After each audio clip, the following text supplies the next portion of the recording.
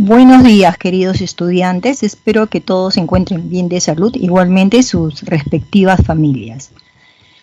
Hoy día vamos entonces a desarrollar la semana 12. Vamos a iniciar con geografía. Hoy día tenemos la Amazonía y la Antártida, ¿no? Dos áreas que son reservas de biodiversidad reconocidas en el mundo por la UNESCO. Trataremos también acerca de las áreas naturales protegidas por el Estado peruano y así como veremos las áreas que internacionalmente han sido reconocidas como reservas de biosfera.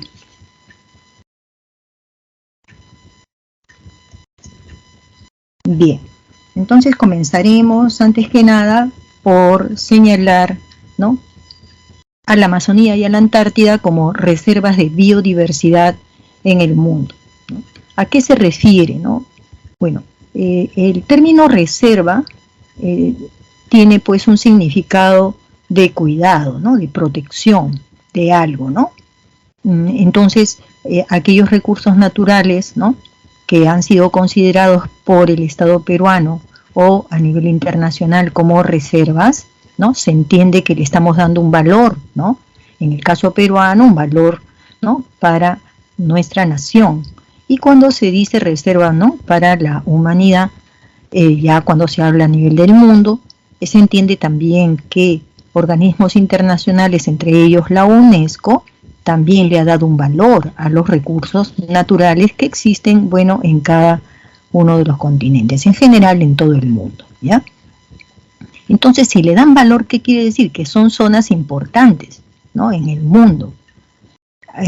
Por ejemplo, ¿cuáles recursos son los que más, digamos, atraen, ¿no?, el interés de los científicos y en general, ¿no?, de los seres humanos, ¿no? El agua. Ese es el principal recurso que le damos valor, ¿no? ¿Por qué? Porque sin el agua no podríamos nosotros, ¿no?, vivir, ¿no? Es más, el cuerpo humano está hecho fundamentalmente de agua, ¿no? Entonces, ya hemos explicado esto cuando veíamos los temas de hidrografía y tenemos ya, ¿no?, el conocimiento de que el agua dulce es el que principalmente, ¿no?, nosotros usamos los animales y las plantas. Entonces, y aparte de eso, que las reservas de agua dulce pues son en términos porcentuales, ¿no?, son inferiores, ¿no?, a otro tipo de aguas como pueden ser las aguas saladas, ¿sí? ¿Por qué es importante el agua, además de ser importante para la vida? El agua tiene mucho que ver, ¿no?, con el clima, ¿no? El clima puede variar de acuerdo a la, ¿no?, cantidad de vapor de agua que hay en la atmósfera.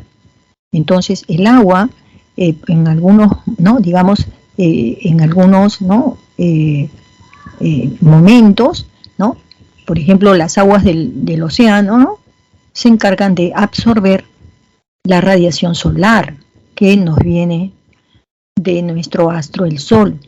Entonces, esa absorción, ¿no?, de la energía solar por las aguas va a permitir a su vez que el clima, ¿no?, sea en estos lugares, ¿no?, donde hay mucha humedad, sea un clima pues, ¿no?, cálido, ¿no? Y mejor, porque si estas zonas son zonas frías, la humedad de alguna forma atempera, ¿no? Por eso aquí les hemos colocado y lo hemos resaltado en rojo, ¿no? Las aguas dulces o las aguas en general son reguladoras del clima mundial, ¿no? Y en sí mismo también no olvidemos que además de producir, ¿no?, vapor de agua, pues en el, digamos, en ecosistemas que son marinos, ¿no?, hídricos, hay también una gran diversidad biológica. Entonces, cuando se dan valor a estos espacios, entonces se les está dando ya, ¿no?, una categoría de reservas de biodiversidad. Y ya nosotros hemos hablado de la biodiversidad, ¿no? Comprende, ¿no?, la gran, digamos, variedad de especies, ¿no?, tanto de animales, de plantas, como también de microorganismos, ¿no? los mismos que van, ¿no?, creando o van adaptándose a ciertos espacios, ¿no?, o ecosistemas. Entonces, aquí tenemos el mapa de la Amazonía, ¿sí? Y lo que está pintado en un verde más oscuro, ¿no?, viene a ser, digamos, toda el área que ya hemos trabajado también, que se refiere, ¿no?, a las zonas tropicales, ¿no?, ecuatoriales, ¿no?, la región, digamos, ecuatorial. Se le llama ecuatorial pues por, ¿no?, comprender básicamente, ¿no?, desde la línea ecuatorial. ¿Dónde estaría la línea ecuatorial? Más o menos por aquí, ¿no? Entonces esto es la selva ecuatorial, ¿ok? Bien, ¿qué países tienen una parte de esta Amazonía, ¿no? Vamos a ver que los países que lo tienen son los siguientes, ¿no? Por ejemplo, Francia, esta es la Guyana francesa, ¿sí? Y aquí ustedes verán otro nombrecito, dice Guyana.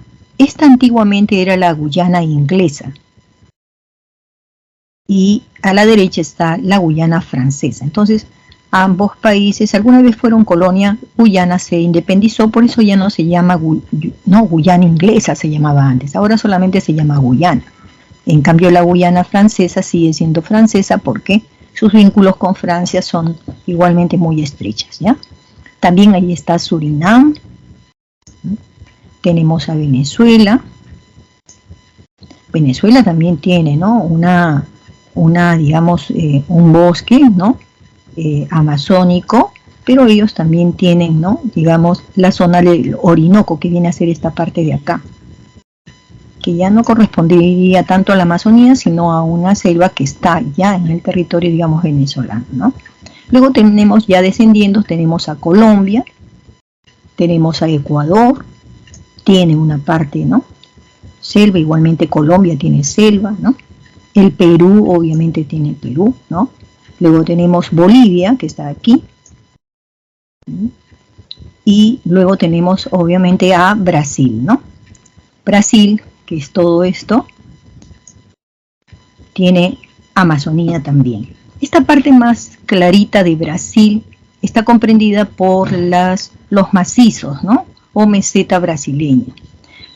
Obviamente Chile no lo tiene, Chile no tiene esta Amazonía, ¿no? La Argentina tampoco. Tienen otro tipo de relieves que no tenemos en Perú, pero no tienen selva, ¿no? Paraguay de la misma manera. Y Uruguay, ¿ya? Entonces, esos son los países que tienen Amazonía, ¿correcto? Y entonces entendemos con ello que poseen también una rica diversidad biológica. Luego tenemos y vamos a estudiar la Antártida, ¿no?, que también ha sido considerada reserva de biodiversidad. Aquí tenemos la Antártida. Sabemos que, ¿no?, ya viendo la parte de cartografía, más o menos como que en el centro viene a ser el polo sur, ¿no?, el polo sur, porque la Antártida está en el hemisferio sur, ¿no es cierto? Bien, tiene casi una forma, como ven ustedes, redondeada, casi yo lo voy a trazar, ¿no? Casi como si fuese una pelota, solo que aquí tiene como una naricita. Eso es una península, ¿no?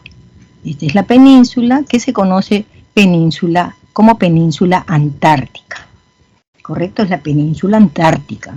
Y ven ustedes aquí como una especie de sombritas, pues esta de aquí es una cordillera. Se le llama la cordillera antártica. Y acá ya como que se abre, ¿no? Pero esto de acá es una cordillera. Una cordillera, imagínense, cubierta de la nieve o del hielo, ¿no?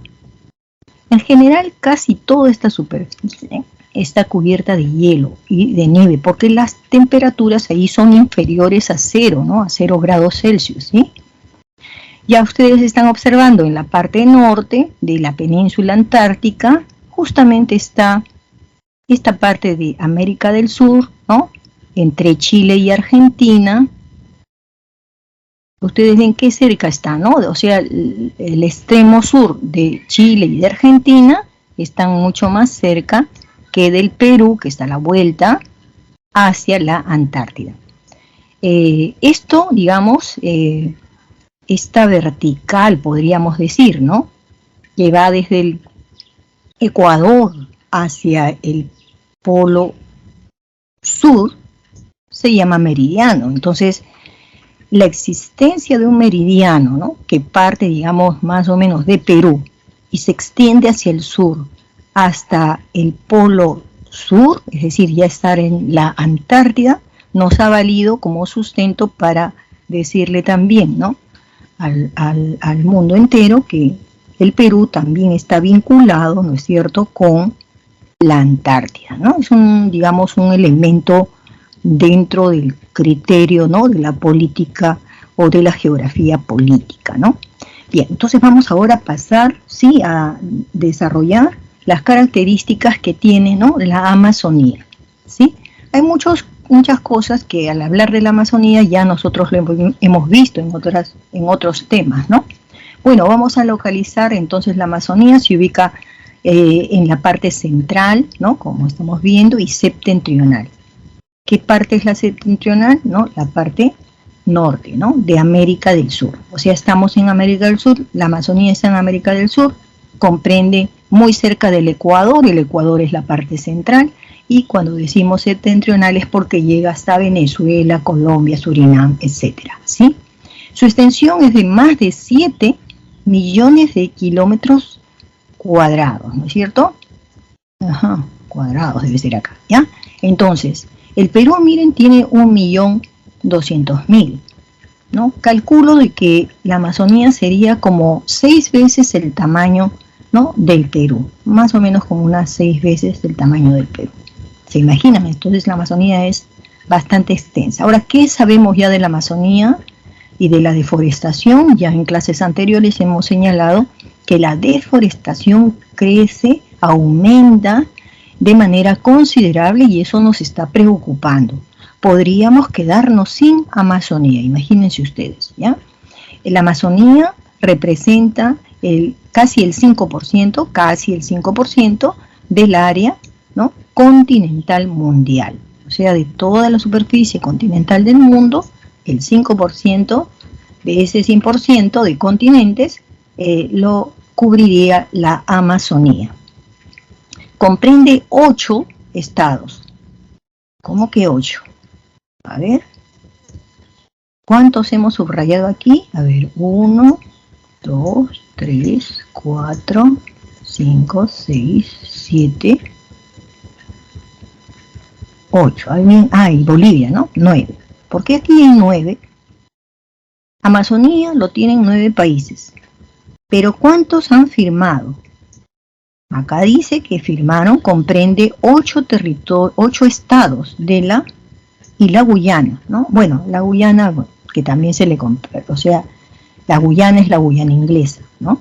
Porque no dice francesa. Lo que quiero decirles es lo siguiente, ¿no? Es cierto que la Guyana entonces francesa tiene, ¿no es cierto?, una parte pequeña de la Amazonía, la tiene. Pero aquí, vamos a la derecha, ¿no?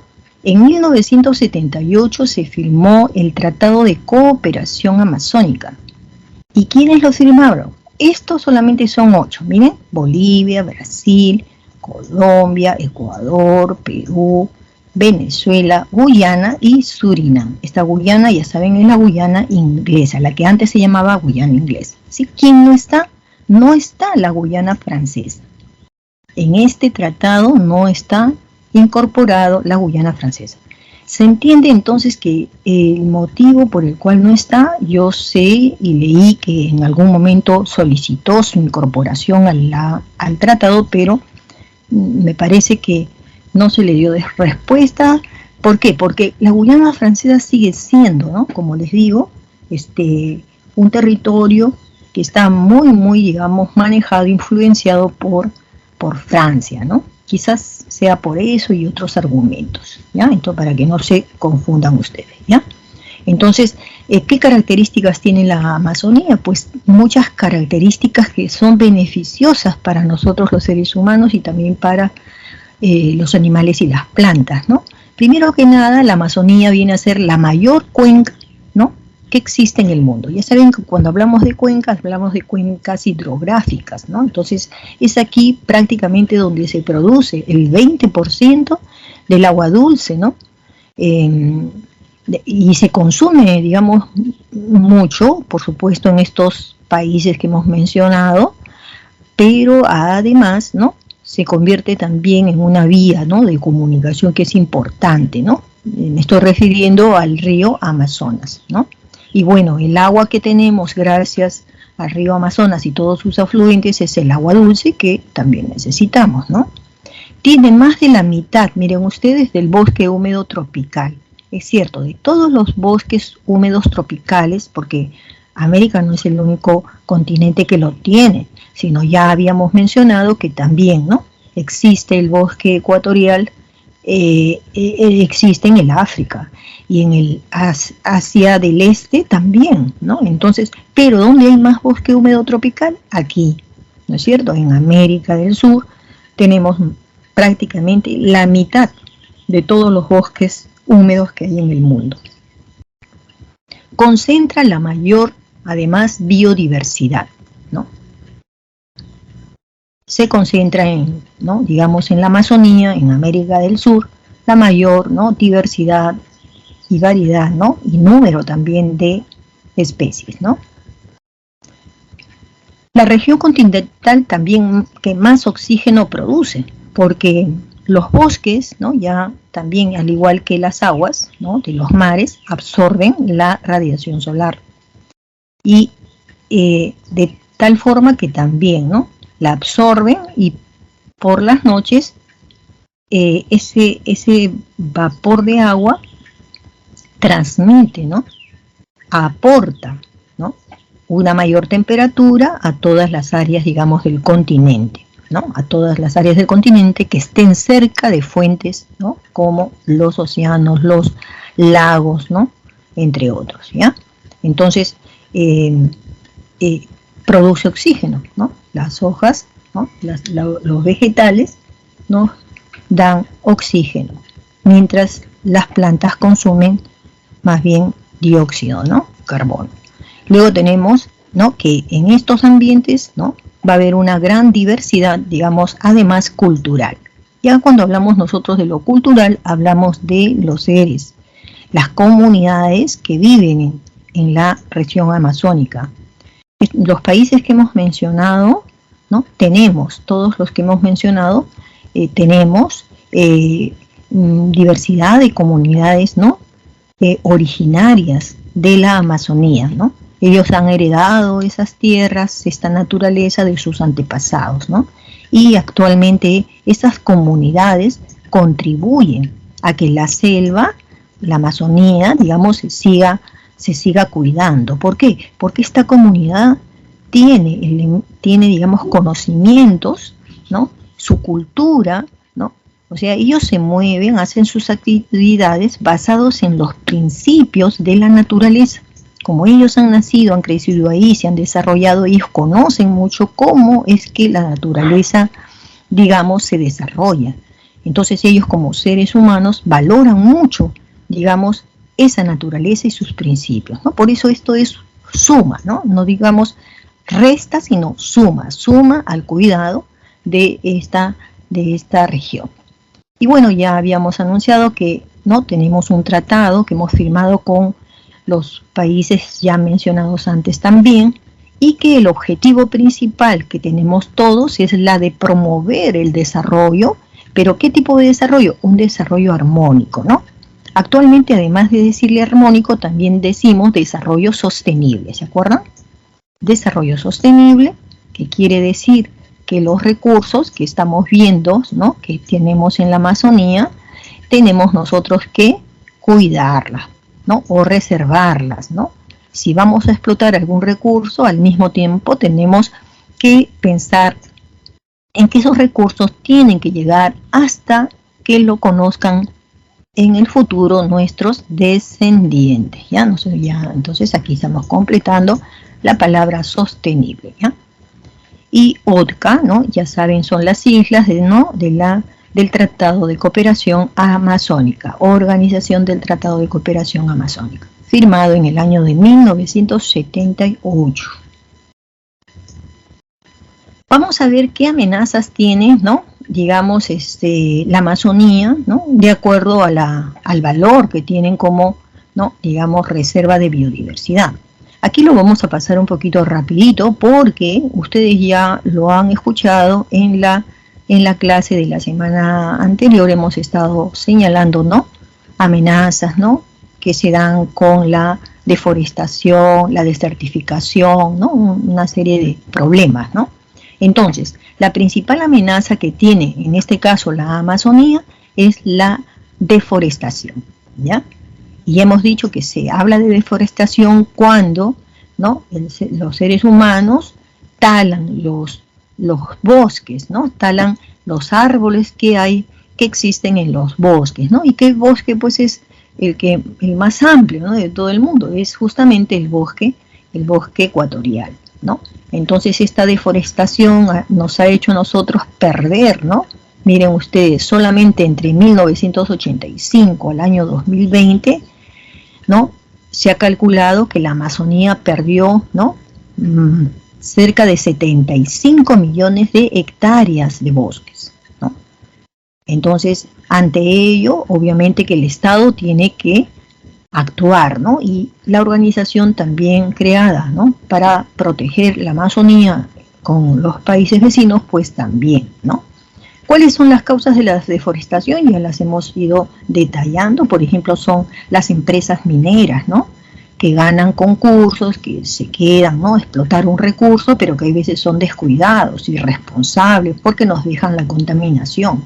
Lo mismo pasa, ¿no?, así como decimos las concesiones mineras también, cuando se extrae el petróleo o el gas natural, cuando cuando se van creando, ¿no es cierto?, más, ¿no?, digamos, energías, en este caso utilizando, digamos, la fuerza de los ríos, es decir, cuando se construyen más hidroeléctricas, la transformación que tiene no digo el paisaje, porque hay veces se piensa que el paisaje solamente es ver una foto linda, ¿no? No, todo este espacio geográfico, miren ustedes, para hacer una represa, son como piscinas gigantescas. ¿Y qué lugar han tenido que usar para convertir ese espacio en una represa? Han tenido que usar seguramente muchos valles que podrían habernos servido, porque no nos sirve el valle porque tiene suelos ricos, ¿no?, que pueden producir, pero son sacrificados prácticamente estos espacios geográficos, son muchas hectáreas que se tienen que utilizar, se tienen que transformar, ¿no?, como que en una gran piscina. Entonces, eso, por ejemplo, nos hace también, ¿no?, perder el recurso suelo en este caso, ¿ya? Hay que buscar otras fuentes de energía, ¿no? Por ejemplo, la eólica, ¿no?, es una, ¿no?, y las que sean las más nobles, ¿no? La construcción de carreteras, es decir, reemplazar bosque por carreteras, ¿no?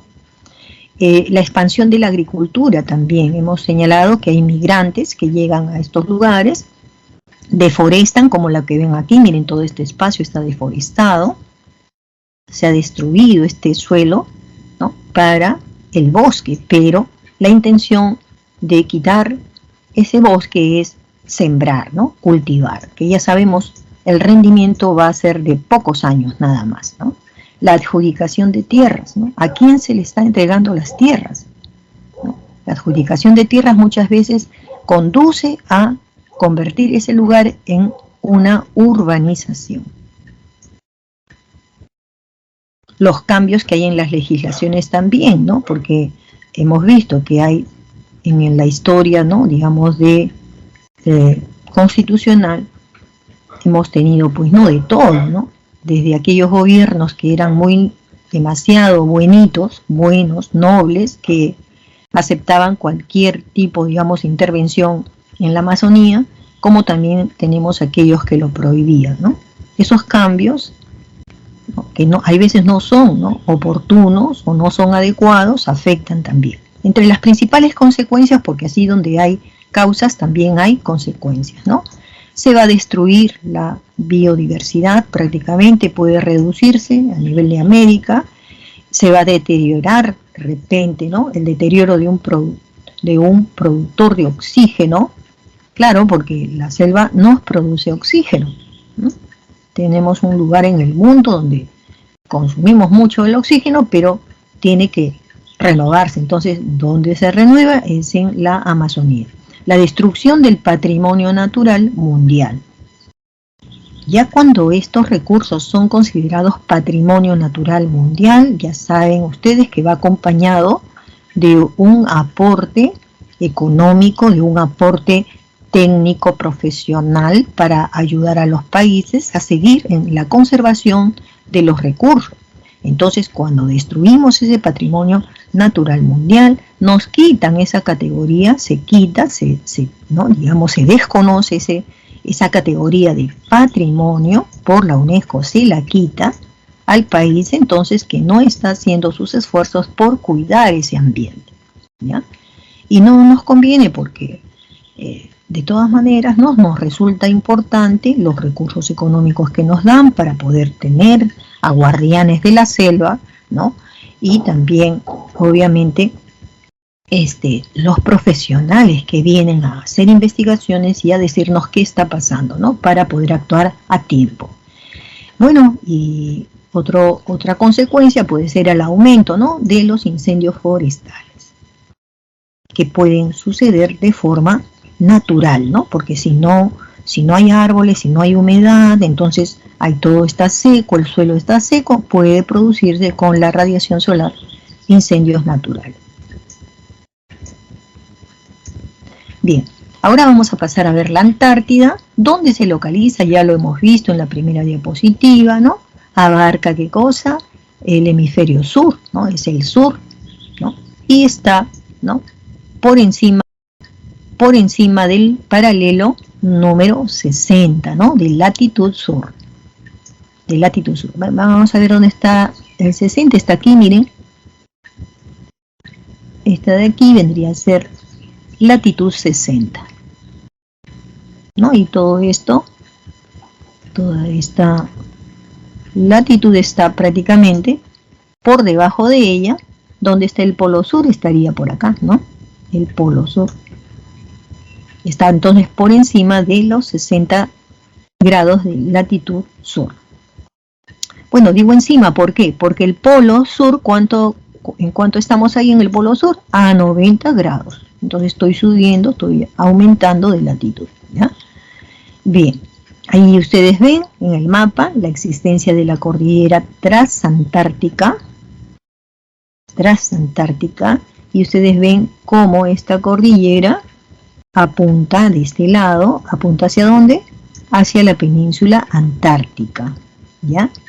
Bien, tiene una forma casi circular, se ubica completamente, ¿no? Al sur del círculo polar, ¿no?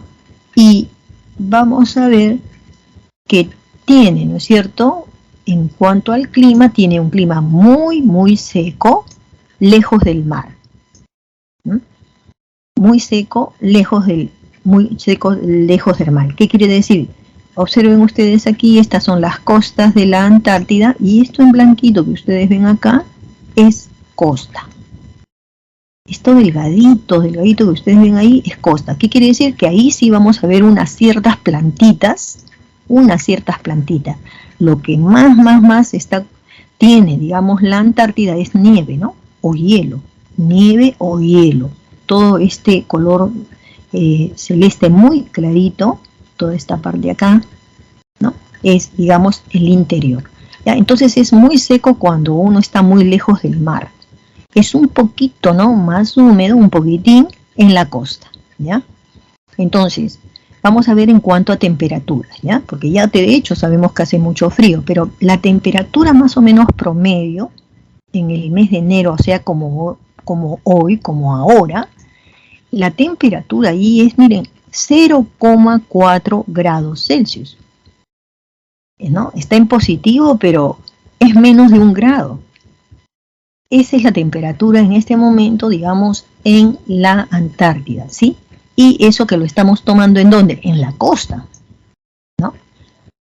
Pero si nosotros nos vamos más hacia los 90 grados, o sea, más hacia el centro de la Antártida, entonces la temperatura es menos 40 grados Celsius.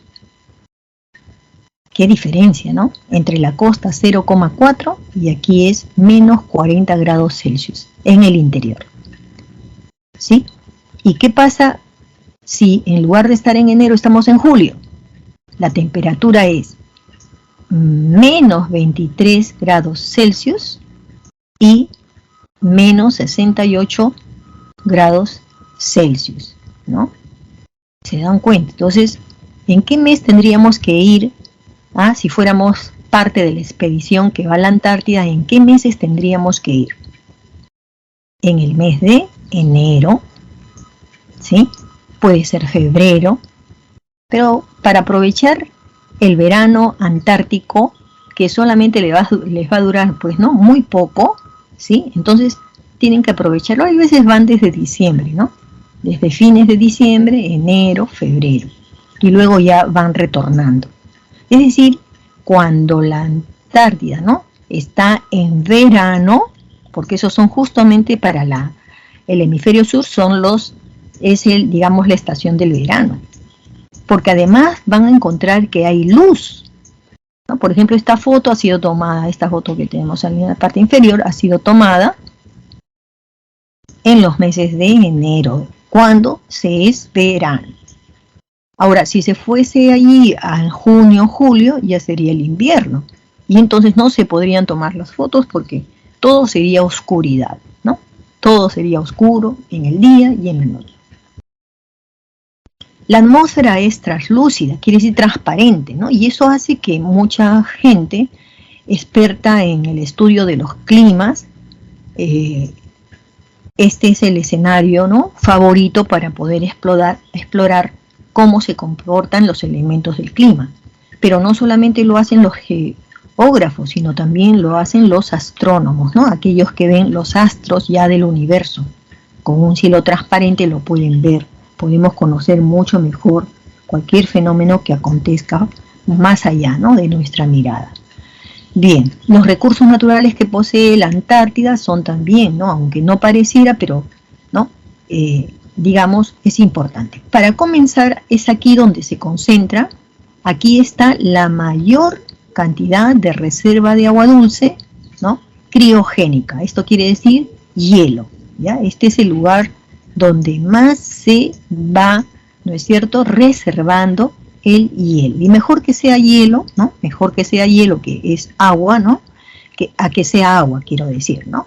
¿Por qué? Porque de esa manera sólida, ¿no?, ese hielo podría permanecer muchos más, ¿no?, millones de años, ¿sí?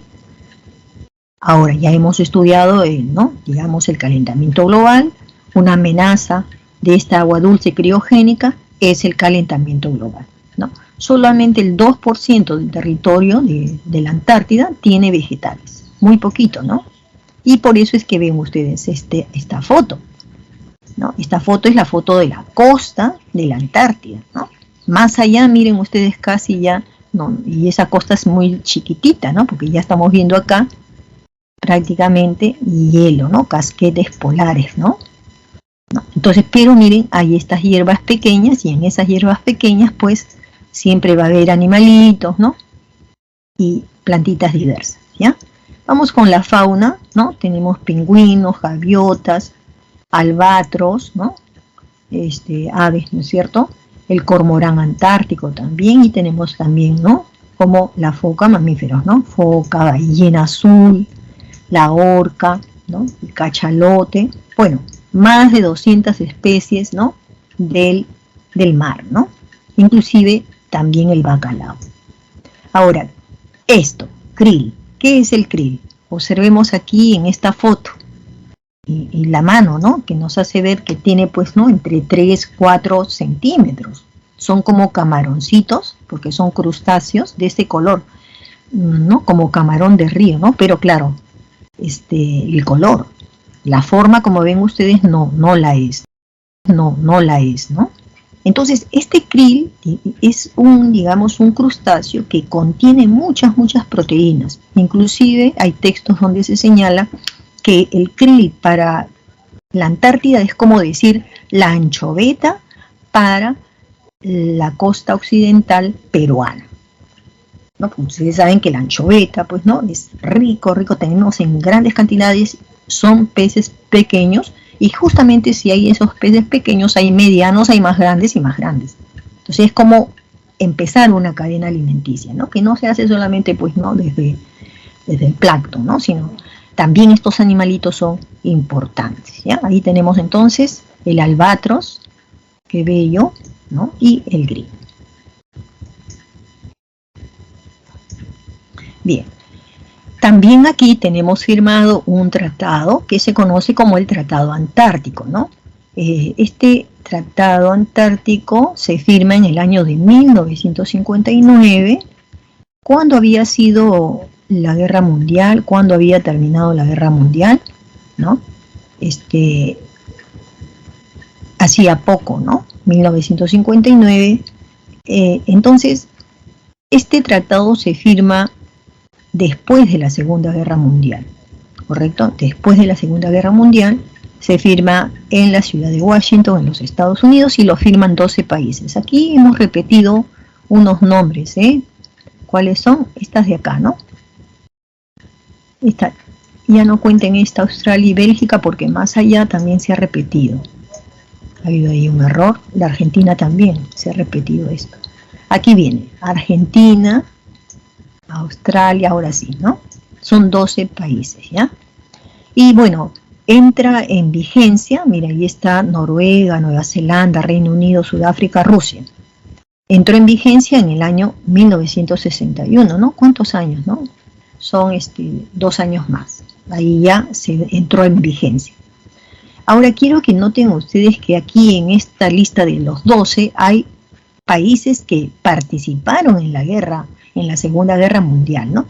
De hecho está que Estados Unidos, aliados, Francia, aliados, Japón era en ese momento el enemigo, ¿no? De los aliados, ¿quién más? Reino Unido, aliado, ¿no? ¿Quién más? Sudáfrica, aliado, Rusia, aliada, ¿sí? Entonces, hay países, estos países que, sobre todo los más poderosos, que tenían embarcaciones que llegaban cercano a lo que era la Antártida. Quiere decir que cuando termina la guerra, no es que no se conozca la Antártida, se la conoce, porque ha habido guerras y ha habido oportunidades que países, ¿no?, hayan pasado cercano a la Antártida. Es decir, de la riqueza de la Antártida conocían algo, ¿sí? Bien. Por eso estos países, ¿no?, van a ser considerados como miembros signatarios, ¿no? Aquí está, ¿no? Los miembros signatarios son los países más antiguos que acordaron que la Antártida debía ser parte de un tratado, ¿ya? Son los más antiguos. Ahí no está el Perú, como ustedes ven, ¿ya? ¿Qué dice el Tratado Antártico? Dice que la Antártida solamente debe ser utilizada, ¿no?, para fines pacíficos. Debe ser exclusivo para fines pacíficos, lo cual quiere decir que este es un lugar que no puede ser utilizado para ensayos atómicos, ¿no?, para llevar armas, aviones de guerra, no, nada de eso. La libertad para investigar. Y lo más importante no solamente es investigar, ¿no? Allí en la investigación hay países desarrollados que van a tener mucho mayores preparación, ¿no?, quizás que otros países, ¿no? Sino que aquí lo que se busca es más bien investigar, pero cooperando. Quiere decir que quien descubra algo aquí, ¿no?, lo comparte con otros investigadores de otros países. Y eso se llama cooperación, ¿ya?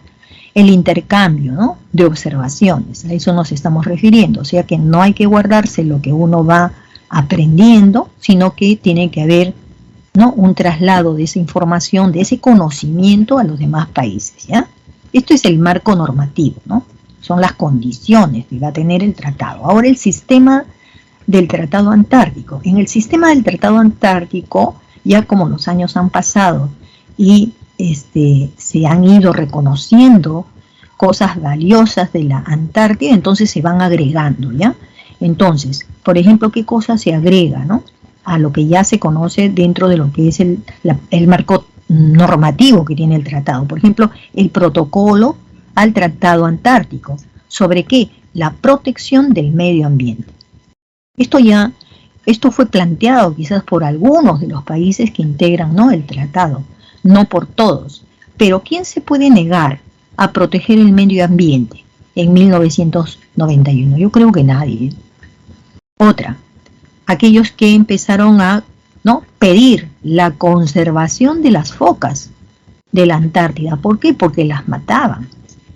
Incluso hay países que las comen la carne de foca. Entonces comenzó a haber un movimiento, ¿no?, para proteger a las ¿no?, foquitas, ¿ya? Eso fue en Londres en el año de 1988. Luego viene la Convención para conservar los recursos marinos, los recursos vivos, ¿no?, marinos antárticos. Es decir, recursos vivos, ¿no?, marinos antárticos. Estoy pensando yo en las ballenas, ¿no?, que también es un animal, ¿no?, que matan, ¿no? Hay países que matan, ¿no?, a la ballena. Y la ballena, ¿saben lo que come? Krill. Las ballenas comen el krill, es su alimento, ¿no? Son bien inocentonas. A veces algunas películas nos han hecho ver, ¿no?, el peligro de las ballenas, pero predomina su naturaleza, pues, ¿no?, solamente de consumir lo que tiene.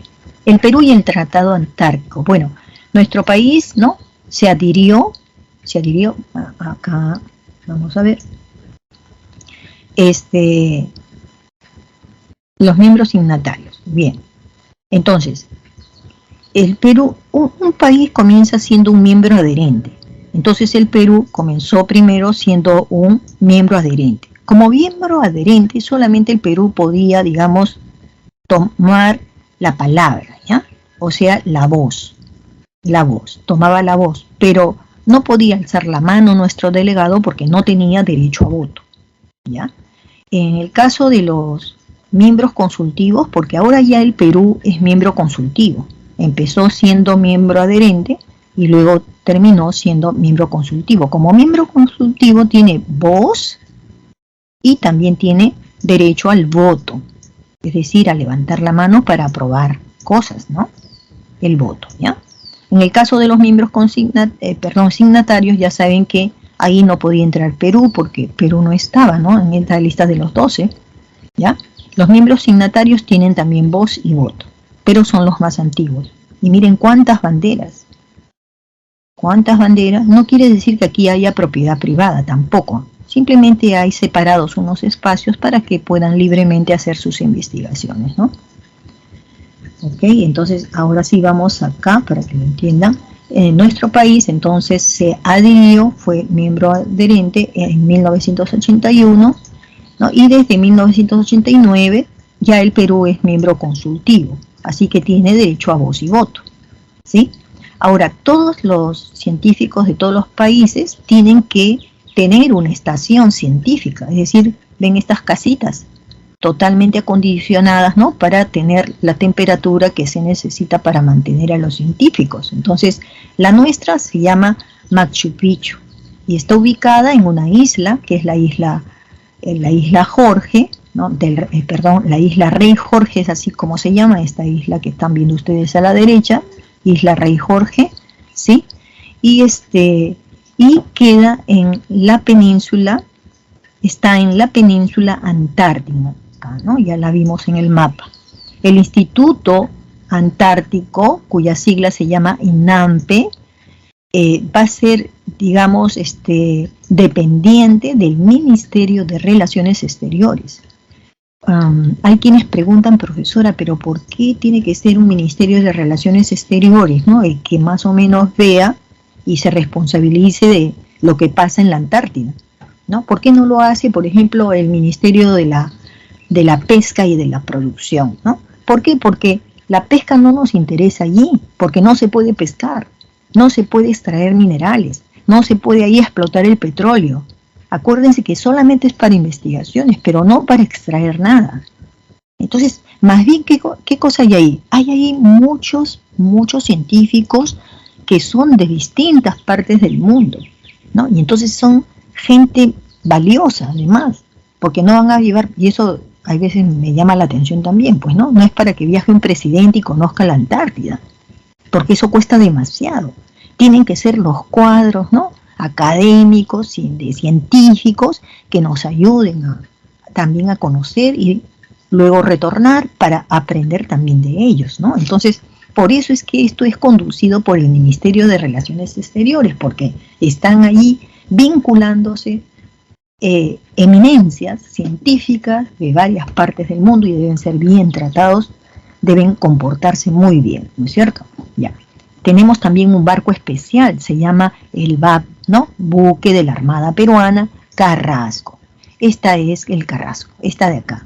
Ahora sí tiene, este barco tiene implementos que lo ayudan a entrar a la Antártida y a entrar a esos espacios del mar de la Antártida rompiendo hielos. El anterior que teníamos, que era el von Humboldt, no tenía esos implementos. Así que de viejito ya lo cesaron al barquito y el barco está hoy día navegando por el mar peruano y sigue trabajando. Así el viejito, pero sigue trabajando, analizando, viendo la composición del mar del Perú, ¿ya? Entonces, la 29ª expedición científica de la Antártida, que es este número, ¿no?, 29, se realizará en el año 2023 y tendrá la colaboración de la Oficina Política Científica de Bélgica, ¿sí?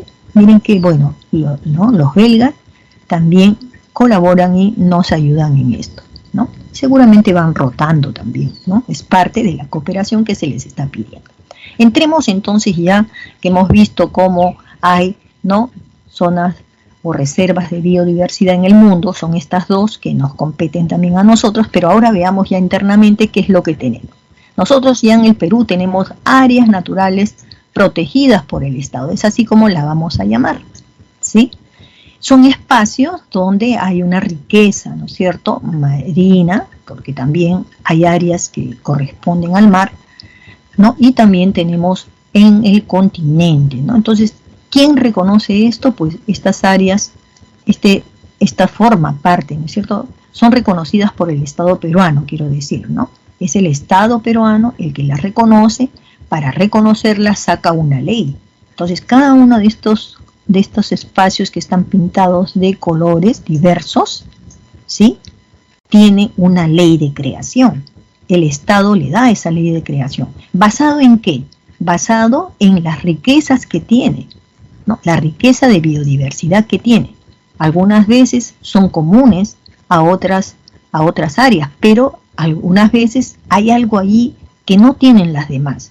Entonces, como ese algo no la tienen las demás, el Estado peruano las resalta para que esas áreas sean protegidas. O sea, allí hay policía forestal, ¿no? Hay gente ahí, fiscales, que defienden, ¿no?, digamos, las áreas, ¿no?, que no sean invadidas, ¿no? Por ejemplo, ¿no?, los migrantes que pueden entrar, bueno, que si son extraños, no son del lugar, ¿no? Entonces, todo eso se tiene que ver, ¿ya? Entonces, el Sistema Nacional de Áreas Naturales Protegidas por el Estado, o SINAMPE, está formado por el conjunto total de las áreas naturales protegidas por el Estado, ¿no es cierto? El Servicio Nacional de las Áreas Naturales Protegidas por el Estado se le llama SERNAP, ¿no? Este Servicio Nacional lo que hace es dirigir y establecer, ¿no?, qué cosa, digamos, cómo se va a trabajar en esos espacios, es decir, plantear los criterios, ¿no?, que sean técnicos o de tipo administrativo, cómo se van a manejar, ¿no? Eso es importante, estar atento a todo ello, ¿no? En la actualidad, ¿cuántas áreas naturales protegidas tenemos? Tenemos 76, ¿no?, en todo el Perú, ¿no? 25 áreas, ¿no?, también tenemos de conservación a nivel regional y 147 áreas de conservación privada. Cuando dice acá 25 áreas de conservación regional, ¿qué quiere decir? Que el gobernador regional es el que tiene que, ¿no es cierto?, es el responsable en todo caso, ¿no? Es el responsable como autoridad política de ver que esto funcione. ¿ya? Porque es una autoridad política, gobernador regional, no se olviden, ¿ya? Las áreas de conservación privada, como su nombre lo dice, son áreas naturales que han sido dadas a personas privadas o empresas privadas, ¿ya? Personas privadas. ¿Por qué le dan a la persona privada? Porque esa persona privada, por ejemplo, de repente tiene tierras, pero esas tierras están cerquísima de un lugar donde hay una riqueza, pues, ¿no?, de biodiversidad. Y si esta persona tiene las condiciones, ¿no es cierto?, para poder cuidar esto, el Estado se las va a dar. Obviamente que no se le está dando como propiedad privada, sino se la está dando para que ellos nos ayuden a conservar estas áreas protegidas. Y hay veces como ayudan. Por ejemplo, hay animalitos aquí. Este, por ejemplo, puede ser un guía turista. Y este guía turista, que además estas son sus tierras, está cuidando esta, ayuda a que los visitantes, los turistas, puedan tener una ruta sin dañar plantas ni animales, los hace recorrer, ¿no?, todas estas áreas de conservación. Nada más, y el turista se va. No hicieron daño a nadie, no mataron a ningún animal, no talaron ningún árbol. Es igual que con los museos, ¿no? ¿Recuerdan? No sé si con ustedes conversamos que hay museos que son nacionales y hay museos que son privados. Los museos privados los tienen personas, ¿no?, que tienen un poder económico y entonces cuidan esos materiales que tienen. ¿A quién pertenece el fardo funerario que tiene ese museo privado? ¿A quién pertenece ese guacomochica, ¿no?, real que tiene esos museos privados? Le pertenece al Estado, es patrimonio nacional.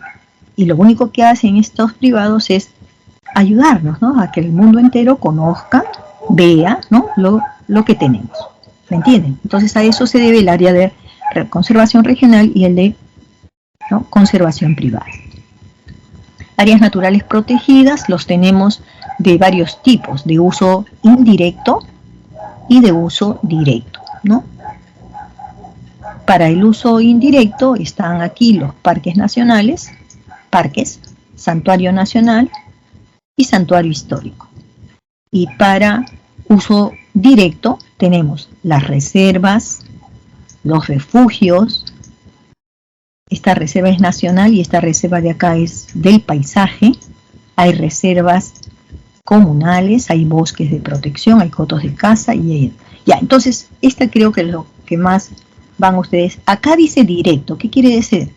Directo quiere decir, ¿no?, por ejemplo, aquí en cotos de caza, quiere decir que hay ciertos meses en los cuales el Estado peruano permite que entren aquí cazadores de animales, ¿ya? Cazadores de animales.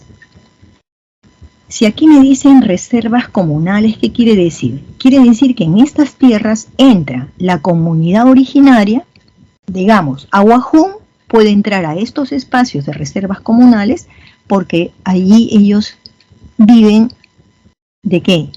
De la silvicultura. Recogen ahí semillas, recogen frutos, ¿no?, también animalitos, ¿no?, todo medido. Ellos pueden entrar y usarlos, ¿ya? Otro, a ver cuál sería. Refugio de vida silvestre, ya. Hay lugares donde, por ejemplo, el mono colo de cola amarilla, ¿no?, el mono choro de cola amarilla. Vamos a suponer que alguien trató de capturarlo y de repente le fracturó una patita. Entonces, en este refugio es como tener un hospital. Son espacios naturales, pero al mismo tiempo los animalitos son curados, son tratados. Ya entienden entonces ustedes lo que es directo, ¿no? En la Reserva Nacional, por ejemplo, de Paracas, hay tiempos en los cuales se permite a los restaurantes que ofrezcan en su carta del menú, por ejemplo, conchas de abanico. Conchas de abanico. Hay otras temporadas en que le dicen no, prohibido extraer. Hay momentos en que sí les permiten y otros momentos que no. El momento en que no le permiten es la veda. Hace años, muchos años atrás, por ejemplo, se permitía la captura de la tortuga marina. La carne de tortuga marina se vendía en los restaurantes de Pisco. Actualmente no. ¿Sí? Entonces, como ven ustedes, de uso directo, ¿qué quiere decir? Quiere decir que en algún momento el Estado podría permitirle a la población que pueda tomar directamente esos recursos, ¿ya? Pero hay momentos en que no. En cambio, en el uso indirecto en los parques nacionales, en los santuarios nacionales y santuarios históricos, no. No, ¿ya? Ahí, o sea, hay una fuerza tremenda de no destruir nada de allí, ¿ya? Salvo una que otra cosita que ahora lo vamos a ver, ¿ya? Entonces no se olviden que las áreas naturales protegidas permiten a nosotros tener, ¿no?, conservado un espacio territorial, ¿no?, que donde hay especies únicas, ¿no? Y eso aumenta nuestra diversidad biológica también, ¿no? También es de interés cultural, conservamos los paisajes y sobre todo seguimos las investigaciones, ¿no? Y todo orientado al desarrollo, digamos, sostenible de nuestro país. Vamos a ver entonces parques nacionales. ¿Qué cosa vamos a proteger en un parque nacional, no? Bien, aquí en un parque nacional existe uno o más ecosistemas, ¿no?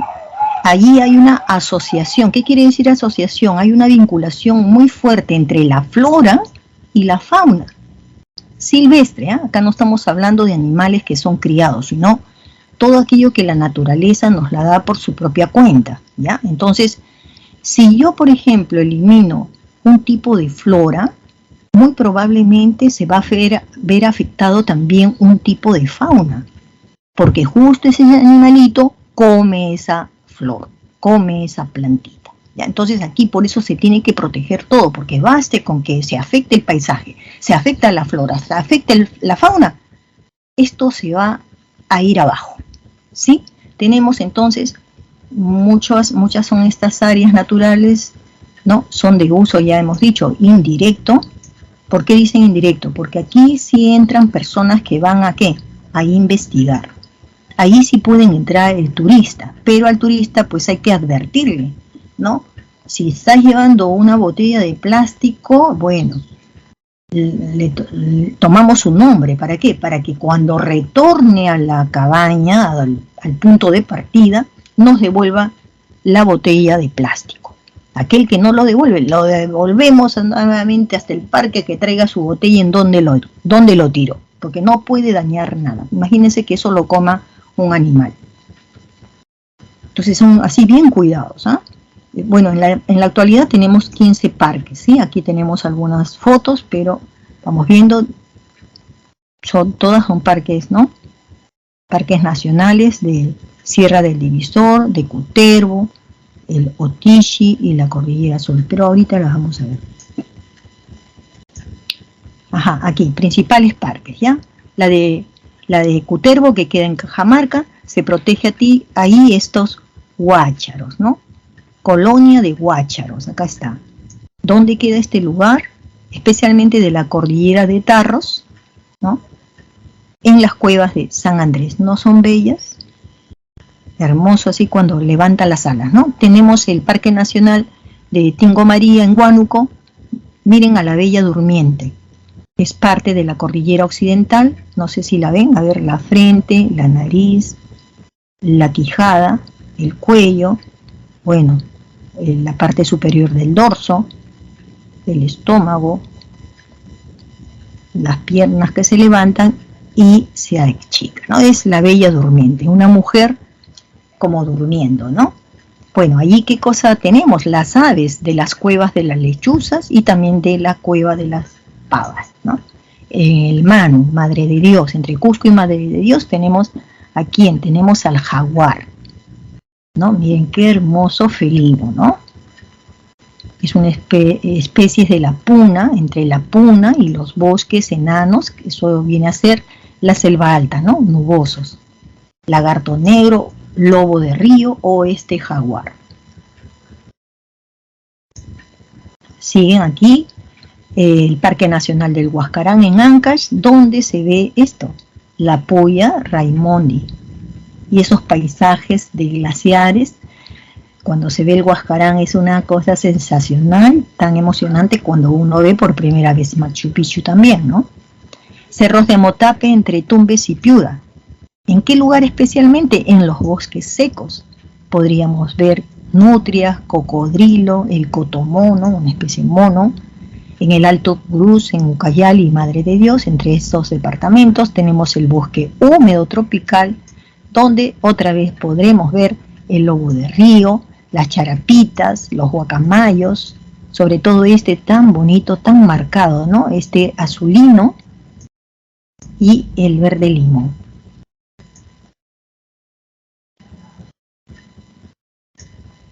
Santuarios nacionales, ¿no? Santuarios nacionales son áreas donde se protege el hábitat de una especie. Una especie. Puede ser una especie o puede ser una comunidad, ¿no? De especies, ¿no? De la misma especie, ¿no? O sea, flora y fauna. Así como también ecosistemas y paisajes. Eso es lo que se va a proteger en el santuario, ¿ya? Es un poco aislado uno con otro, ¿no? Porque en la anterior, el Parque Nacional, se protege la asociación. Aquí se protege una especie de una comunidad, ¿no? Que puede ser de flora o puede ser de fauna. También protege ecosistemas y paisajes. El primer santuario que fue levantado, o se fue, no levantado porque eso quien lo levanta fueron el aire, ¿no? Es Wayai. ¿Dónde está acá? Wayai está en esta foto de aquí. Bien, eso no lo levanta el hombre, eso lo hace la erosión eólica. ¿Sí? La erosión eólica. Y tardó millones de años en hacer este tipo de torres. Son espectaculares, ¿no? Son rarísimos esto, hechos por la naturaleza, así que se va a conservar de esa manera, ¿ya? En la actualidad son 9 santuarios. ¿Ya? Aquí tenemos algunos, la cordillera de Colán, con las cataratas, miren ustedes, santuario de Pampa Hermosa, los manglares de Tumbes. Son áreas protegidas con carácter de intangible, o sea, no se pueden vender, usar, ¿no? Y son de uso indirecto, solamente permitido cuando entra el turismo, cuando es para motivos de investigación científica o en zonas apropiadamente designadas, ¿no? Es decir, van directamente a un lugar, pero obviamente no es para, ¿no? Digamos, cazar. Y aquí van a ir algunas de las que son más importantes, la de Wayai en Pasco. Aquí se ve mejor la foto. Un bosque rocoso. Calipuy, en La Libertad, se ve la Puya Raimondi, una planta que tiene de vida casi un siglo y que poco antes de cumplir el siglo florece, ¿no? Es la planta de mayor inflorescencia en el mundo. Miles de florecitas le van a salir y poco tiempo después muere, ¿no? Muere esta planta. Tenemos en Ampay, en Apurímac, tenemos una flora endémica. Quiere decir que solamente en Apurímac vamos a encontrar esta plantita. ¿Cómo se llama? Intimpa o romerillo también se le llama. Endémica quiere decir solamente en este lugar crece esta plantita que tiene, ¿no? Características, ¿no? Medicinales y también aromáticas. Tenemos los manglares de Tumbes en Tumbes, donde ya antes hemos dicho que hay langostinos, las conchas negras, los cocodrilos, ¿no? Sobre todo el americano, el oso manglero, entre otros. Todo eso es gracias a la planta que ya antes lo hemos explicado, los manglares. Megantoni en el Cusco, ¿no? Allí se ha calificado de un lugar donde existen hasta 10 zonas de vida que albergan aquí a bosques que han sido o que son intactos, es decir, ahí no poco ha ingresado el hombre, ¿no?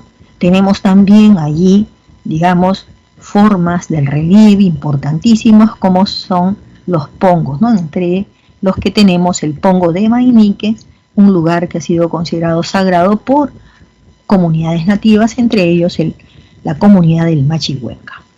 Luego tenemos aquí nomás cerquita en Arequipa, las lagunas de Mejía. Las conozco, es muy bello, es muy grande también, unas áreas muy extensas, allí se forman los totorales. Miren ustedes estas plantas al fondo, se llaman totora, ¿ya?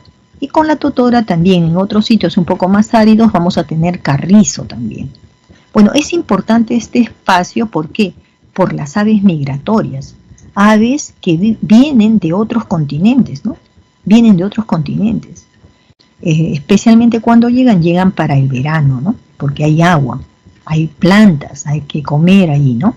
Entonces, y luego ellas vuelven a viajar retornando a los lugares donde hay verano, ¿no? Entonces, no olvidemos, son totorales, ahí hay pantanos, la caña que es del monte ribereño, ¿no? Y muchas aves, mucha variedad de aves, no cantidad, ¿no? Cantidad ya se sabe que son muchas, pero variedad es lo que importa aquí, ¿no? Otras aves son residentes, quiere decir son las peruanas, ¿no? Que quedan aquí, se quedan todo el año, pero muchas son las que vienen de otros continentes. Entonces el mejor momento para ver esa gran variedad sería en el verano. Las reservas nacionales son áreas destinadas a la conservación de la diversidad biológica, pero también ¿a qué? A la utilización de la flora, la fauna, ¿no? Ya sea terrestre, ya sea acuática, ¿no? Entonces en ellas sí se puede permitir el aprovechamiento de los recursos naturales, pero eso sí, bajo planes de manejo. Es decir, allí sí hay guardianes, ¿no? Guardianes de la bahía, guardianes de estos mares, guardianes de estos lobos marinos, ¿sí? Eso siempre tiene que estar supervisado. Entonces ellos son los que, están siempre atentos al turista, ¿no? De que si se va a consumir tiene que ser de forma legal, ¿no? Entonces sí hay restaurantes que te pueden dar, pues, ¿no? Lobos marinos obviamente que no. Actualmente tampoco carne de tortuga. Pero sí te permite incluso nadar, ¿no? Han visto que hay unos viajes de turistas que van muy cerca a estos lugares donde están, por ejemplo, las Islas Ballestas, y le permiten al turista, ¿sí?, echarse al mar, ¿no?, sin darles comida, porque ellos no necesitan darles comida, ¿no? Ellos son curiosos. Entonces, con un poquito de cuidado, sin tratar de tocarlos, portarse de manera natural, y uno puede nadar, ¿no?, muy cerca de estos lobos marinos, ¿no? Bueno, son 15 reservas nacionales las que tenemos y vamos también a verlas ahora, ¿sí? Aquí tenemos las pampagaleras, como ven son vicuñas, no tienen un corral, viven libres, pero ya sabemos que en estas tierras hay comunidades, ¿no? Entonces las comunidades las tienen ya marcadas, ¿no?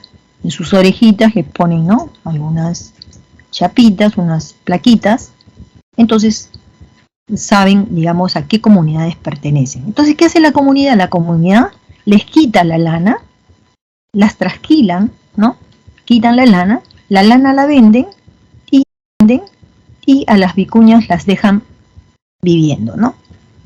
Después, obviamente, ya con el tiempo le vuelve a salir nuevamente la lanita. Entonces, esa utilización de la lana por parte de las comunidades es, ¿no?, la característica que tienen las reservas en este caso, que puede ser aprovechado, ¿no?, el recurso, ¿ya?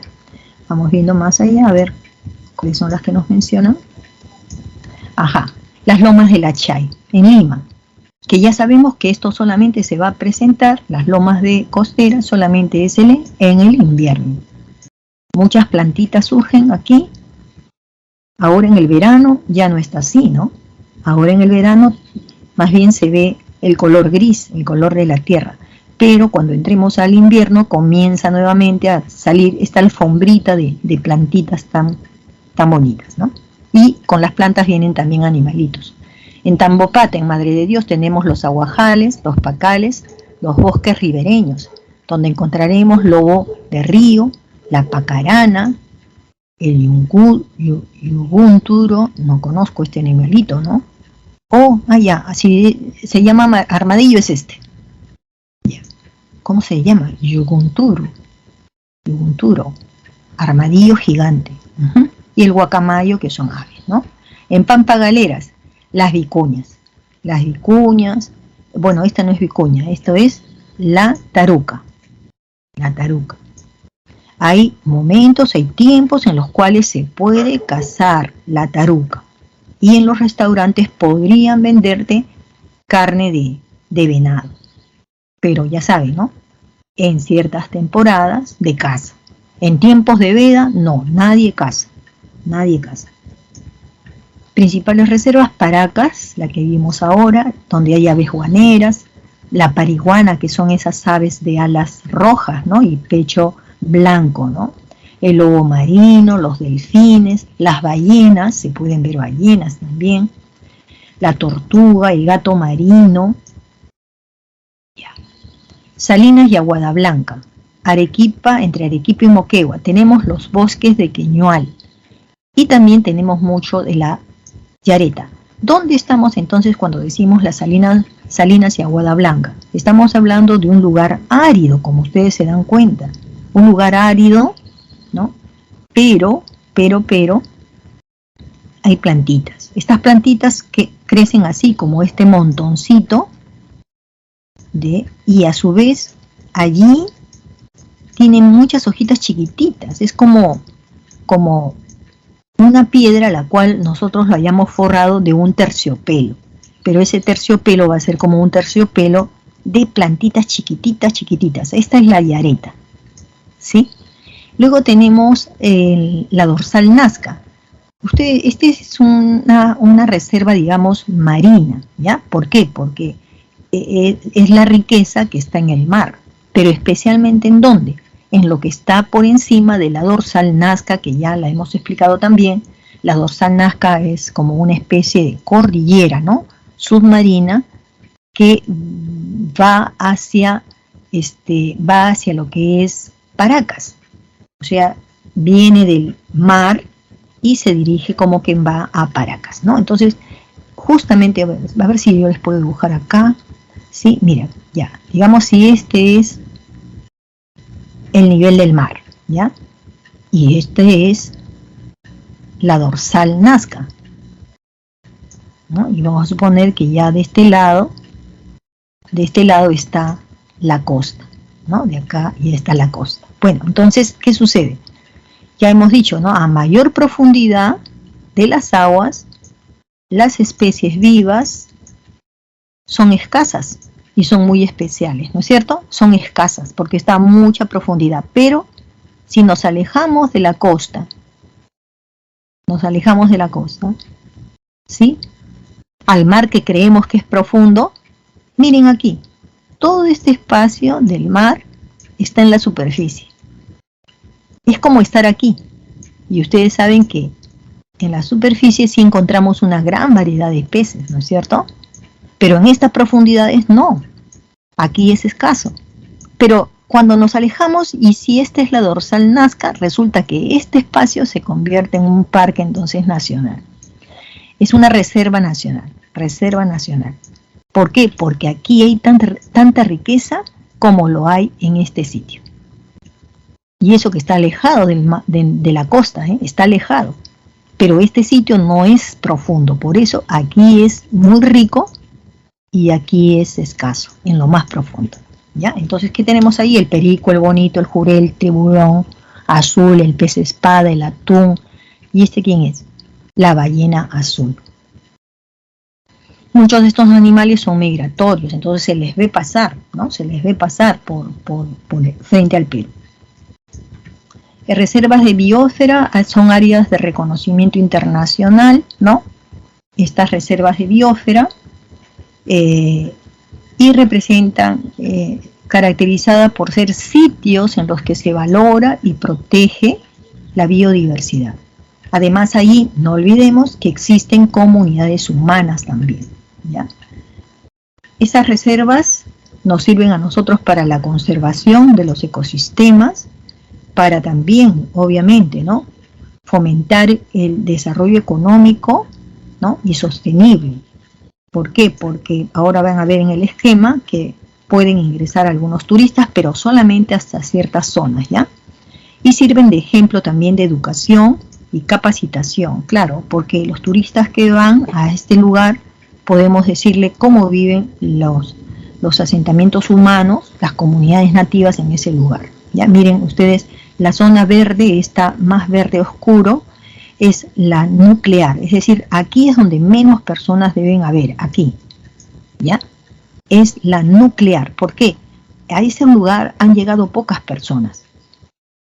Esto en puntos rojos que ustedes observan aquí son poblaciones, comunidades nativas.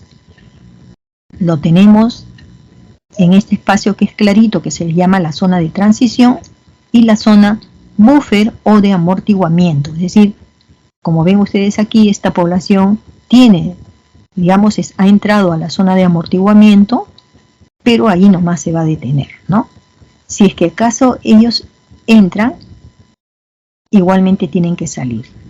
Esa es la idea. O sea que el turista puede entrar y salir, pero tratando de evitar no ingresar a la parte nuclear, porque es como, diríamos, la zona, ¿no?, que necesita una vigilancia continua. ¿Por qué? Porque allí prácticamente no hay mucho contacto del ser humano con esas plantas o con los animales que ahí estén. Entonces lo que se pretende, ¿no?, es, estas son recomendaciones de la UNESCO, respetar, digamos, estas zonas para evitar dañar, digamos, lo que en el mundo es lo más natural posible, ¿no?, donde el hombre, digamos, así nomás no ha llegado. Y el Perú cuenta con 7 reservas de biosfera, ¿sí? Son reconocidas a nivel internacional. La última que se ha reconocido, ¿ya?, en el Perú es esta de acá, Bireri Brain, ¿ya?, Bireri Brain. Y estas son otras, como la del Gran Pajatén, el bosque de neblina de la selva central, la Bireri Brain con sus cataratas, y también aquí la de Oxapampa, donde están, digamos, es una zona, un área donde está la comunidad de los Ashánica y Aneyas. El patrimonio natural mundial, ¿no?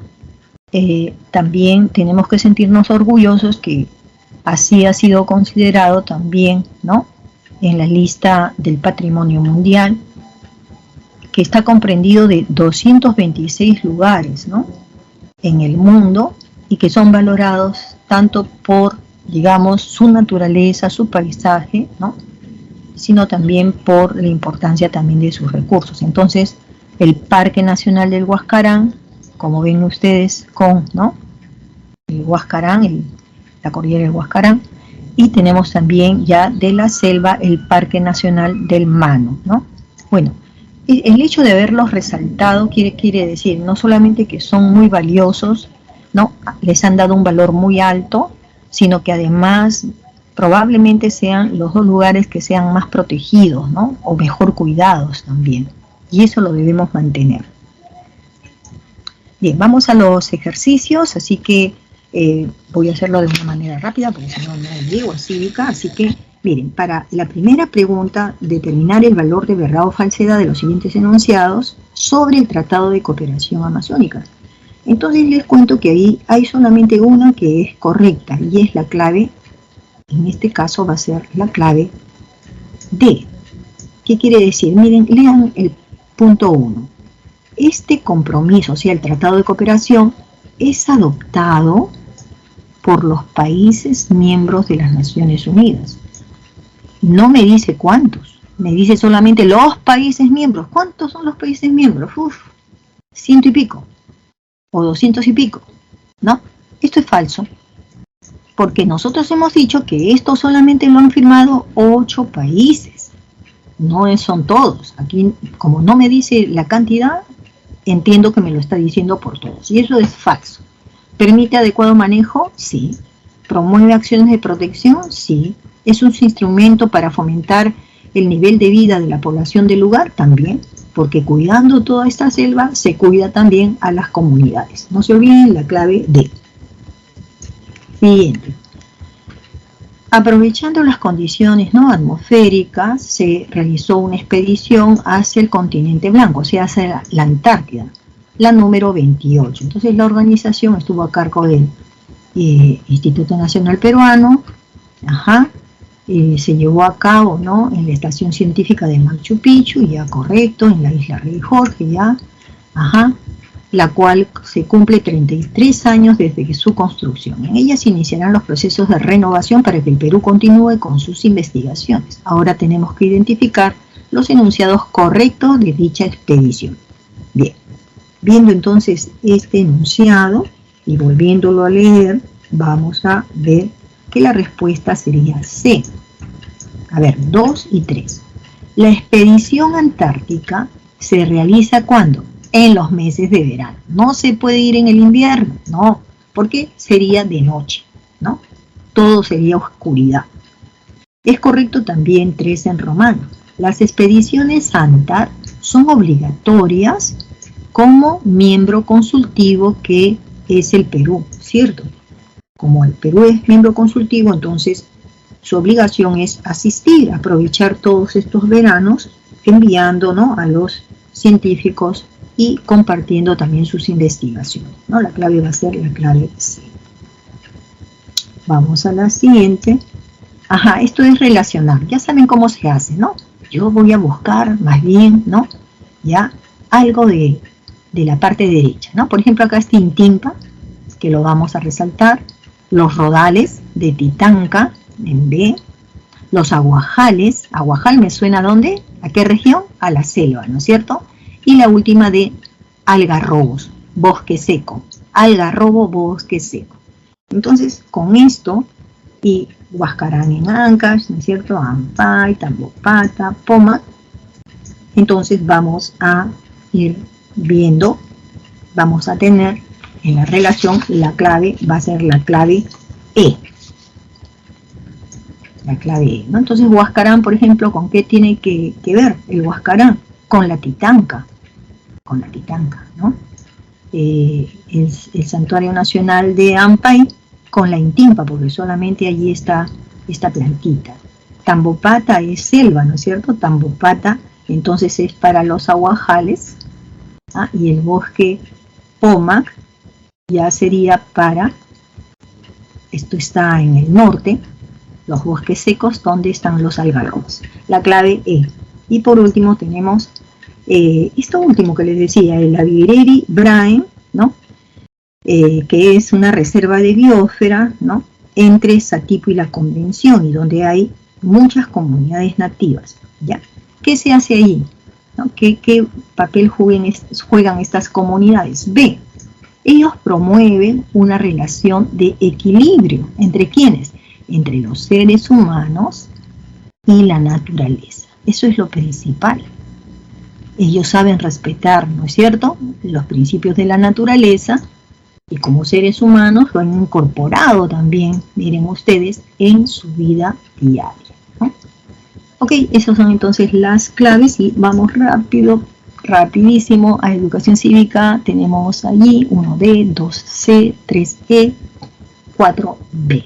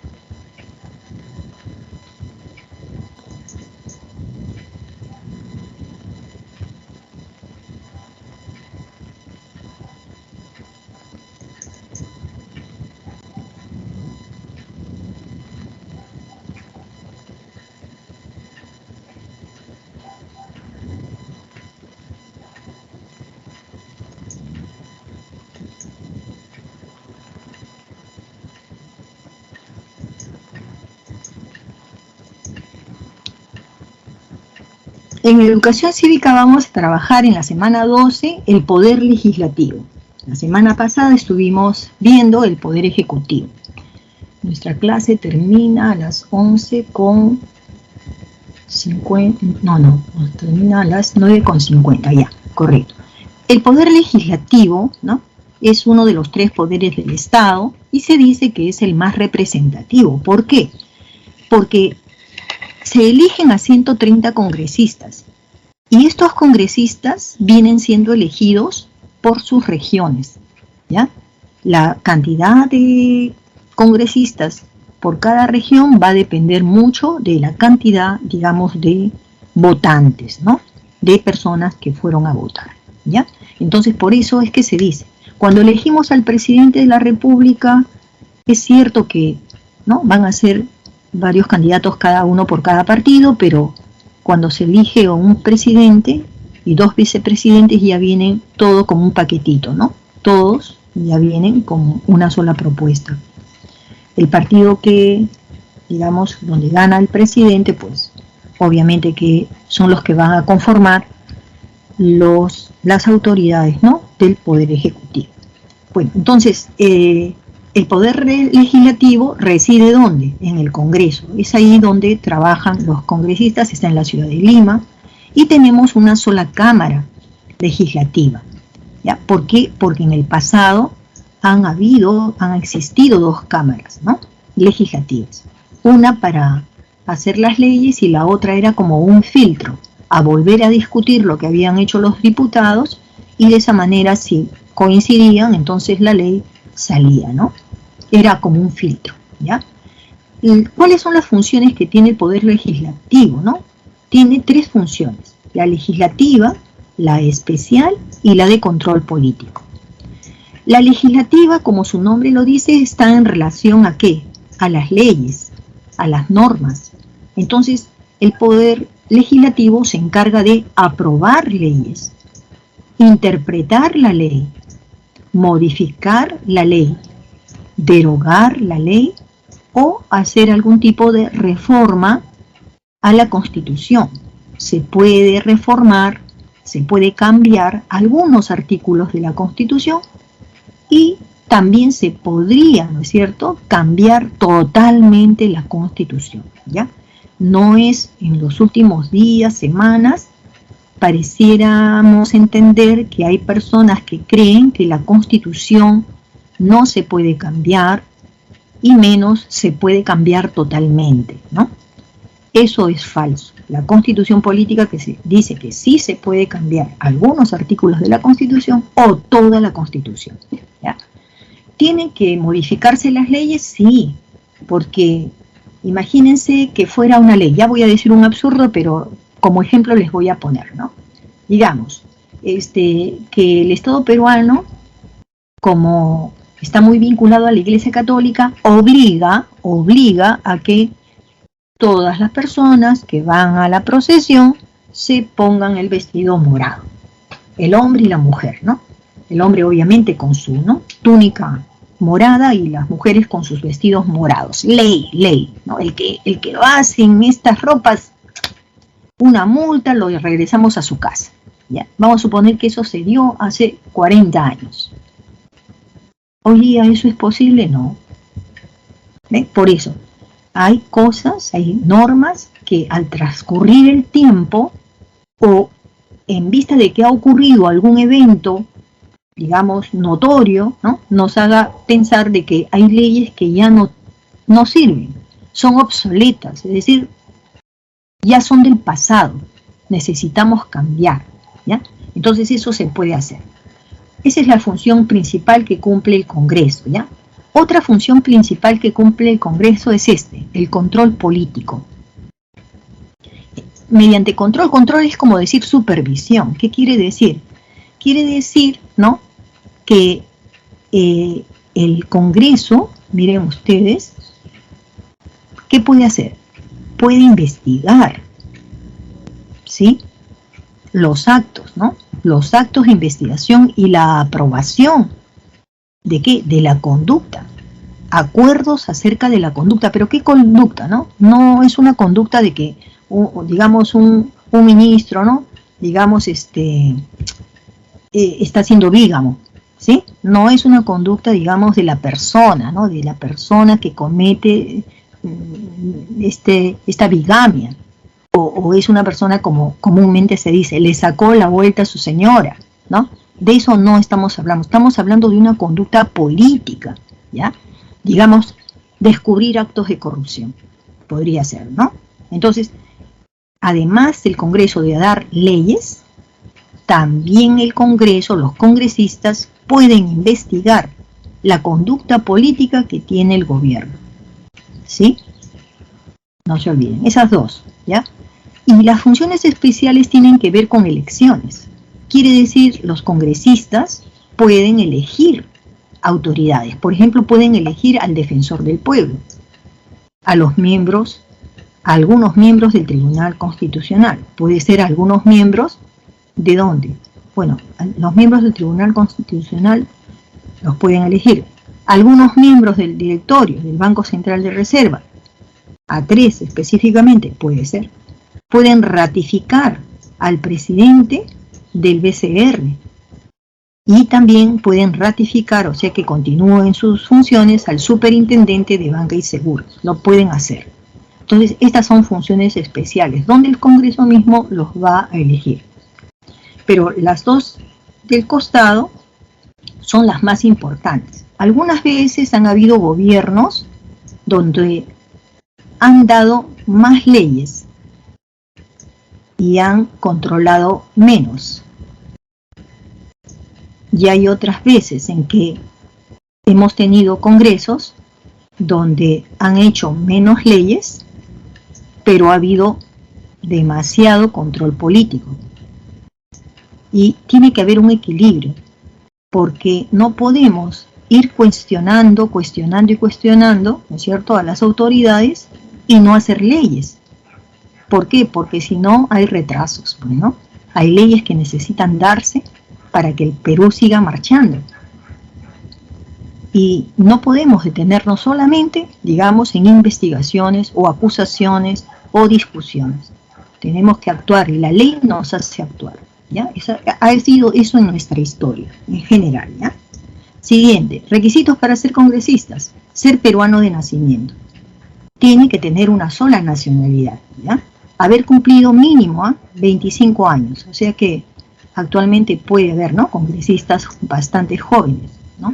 Gozar del derecho de sufragio. Ustedes dirán, pero ¿cómo un candidato no puede estar prohibido de sufragar? Sí, un candidato al cual no conocemos puede haber cometido algún tipo, digamos, de falta, de delito, ¿no? Digamos, ha sido autoridad anteriormente y no hizo las cosas bien, y puede ser que algún juez le haya dicho, bueno, usted no puede ser candidato, ¿no? Por lo tanto, no puede usted ser, ¿no? O sea, usted está, en ese caso, prohibido, digamos, de sufragar. Pueden haberle planteado, ¿no? Entonces, eso no debe haber, ¿ya? La representatividad, ¿no? No se olviden que los congresistas no hablan por su propia cuenta.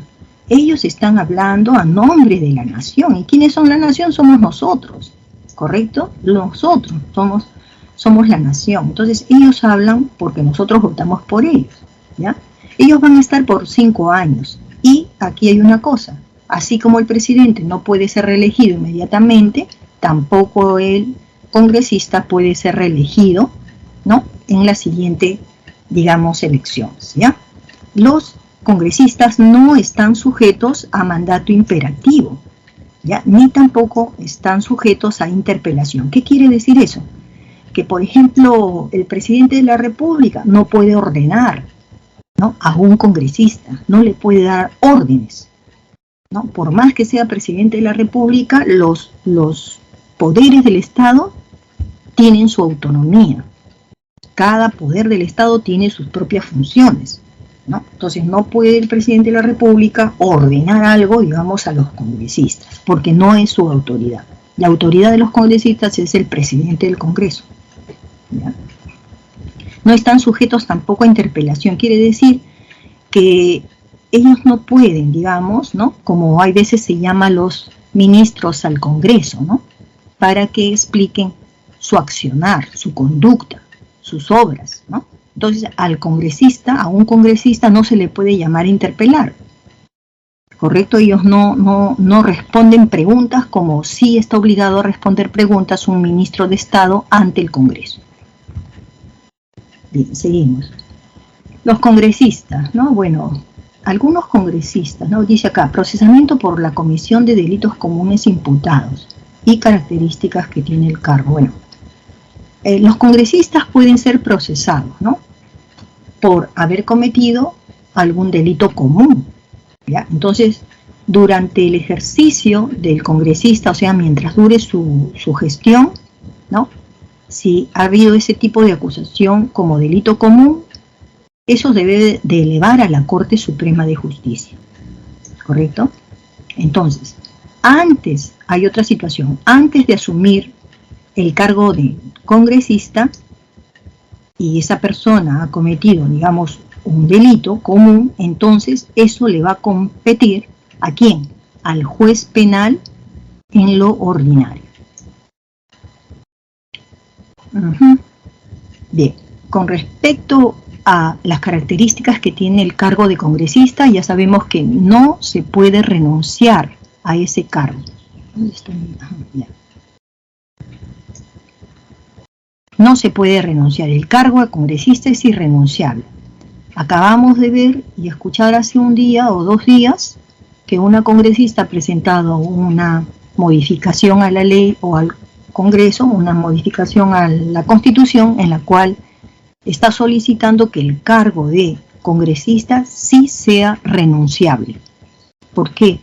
Se entiende de que cree que actualmente hay congresistas que quisieran renunciar, ¿no?, ante la crisis política que estamos viviendo, pero como ven ustedes, actualmente la Constitución dice que esto es irrenunciable. Entonces la congresista ha planteado esto con la idea de que el propio Congreso se reúna y cambie ese artículo de la Constitución, para que vean ustedes que sí se podría cambiar, ¿no?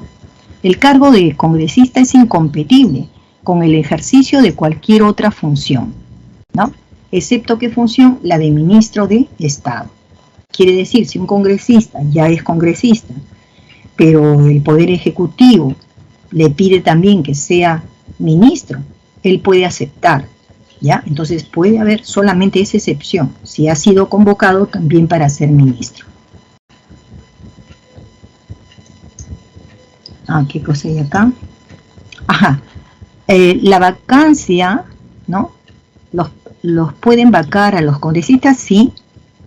Entonces, ¿por qué motivo sería? ¿No?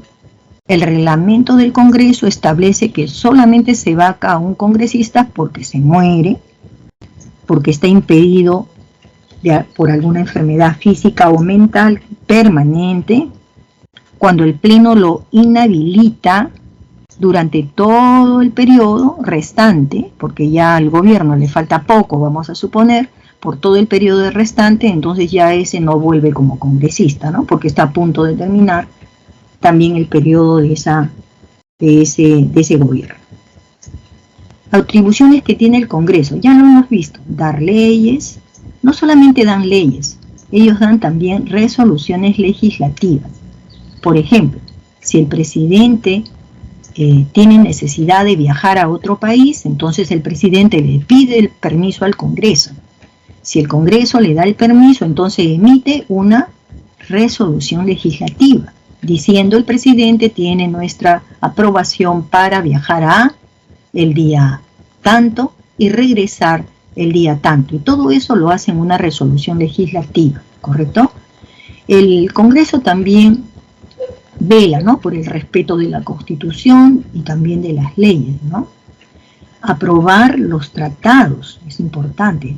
Los tratados tienen que ser aprobados también, ¿no?, por el Congreso según como dice la Constitución. Otra cosa importante es que el Congreso aprueba el presupuesto de la nación, ¿no? Es decir, todas esas obras que quieren hacer los ministros desde el Poder Ejecutivo tienen que presentar presupuestos.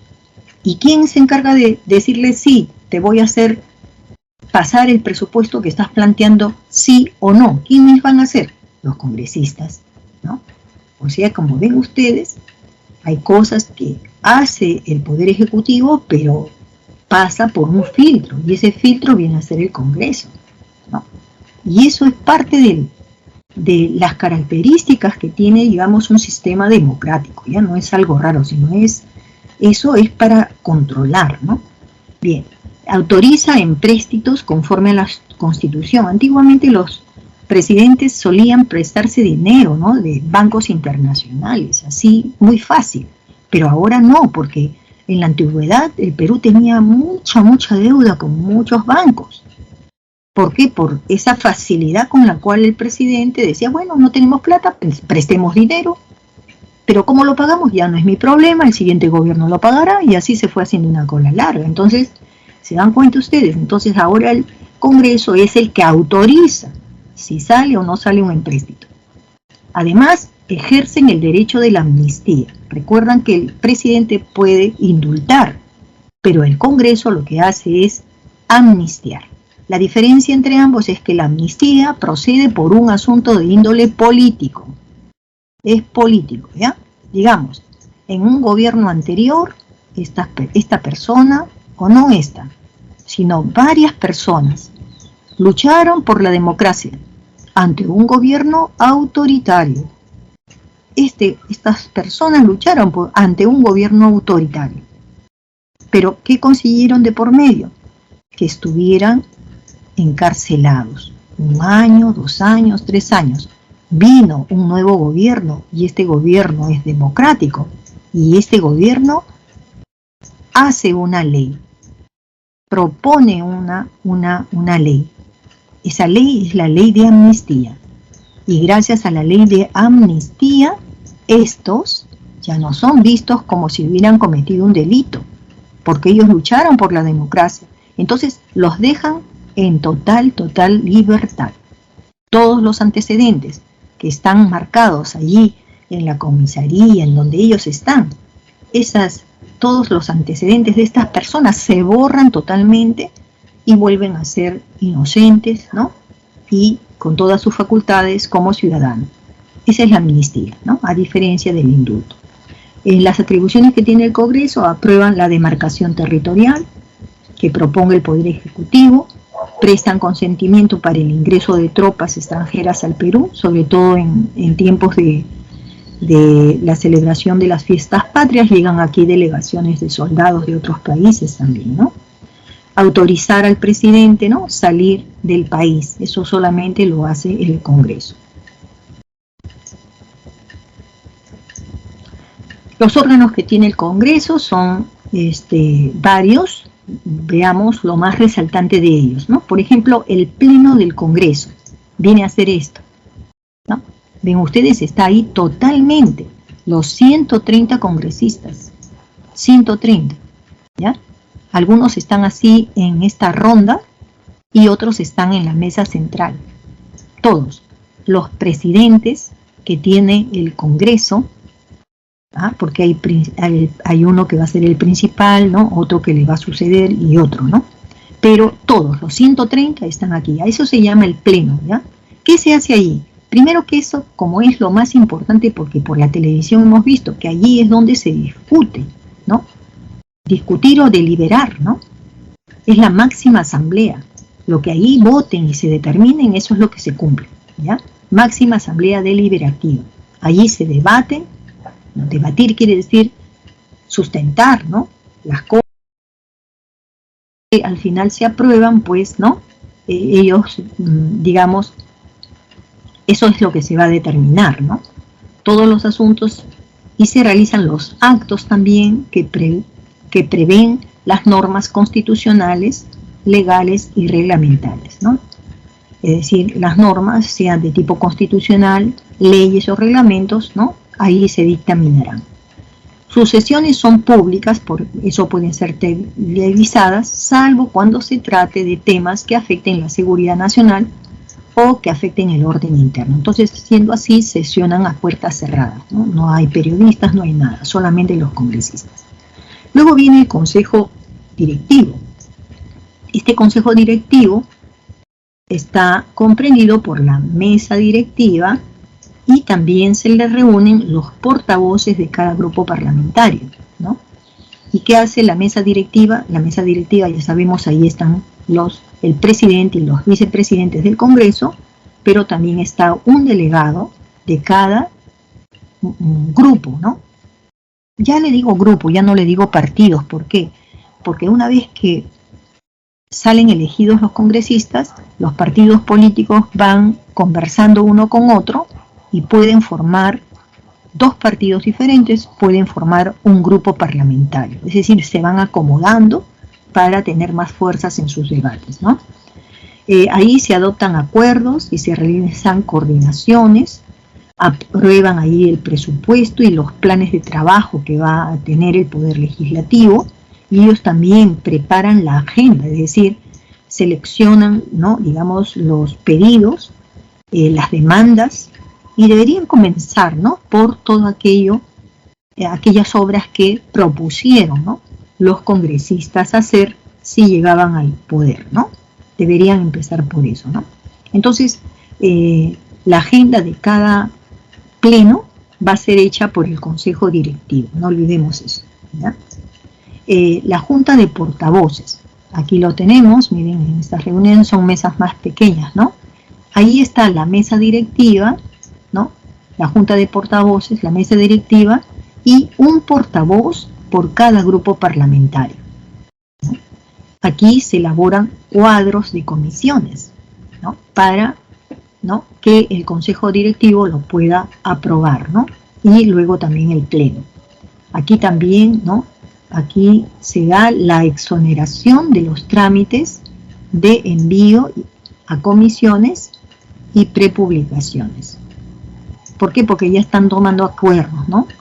Luego también ellos pueden ampliar la agenda, la ampliación de la agenda de la sesión, y ellos son los que determinan si es prioritario o no la problemática que van a tratar.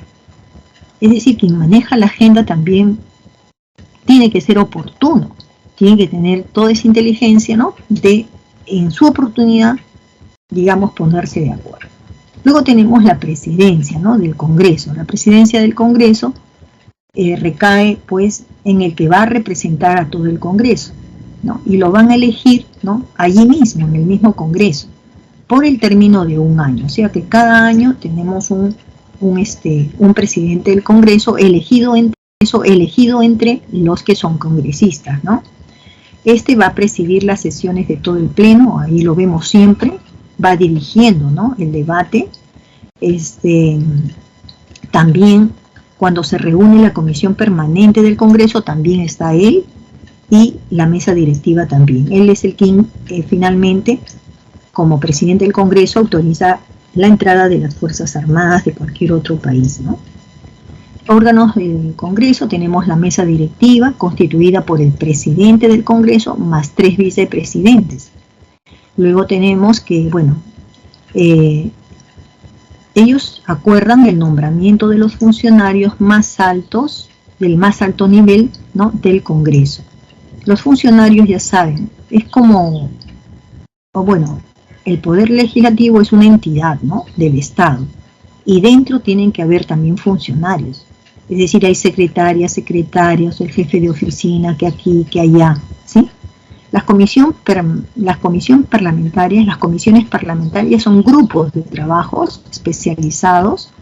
Entonces, existen varias comisiones, ya que son especializadas. Por ejemplo, son comisiones ordinarias, comisiones de investigación y comisiones especiales.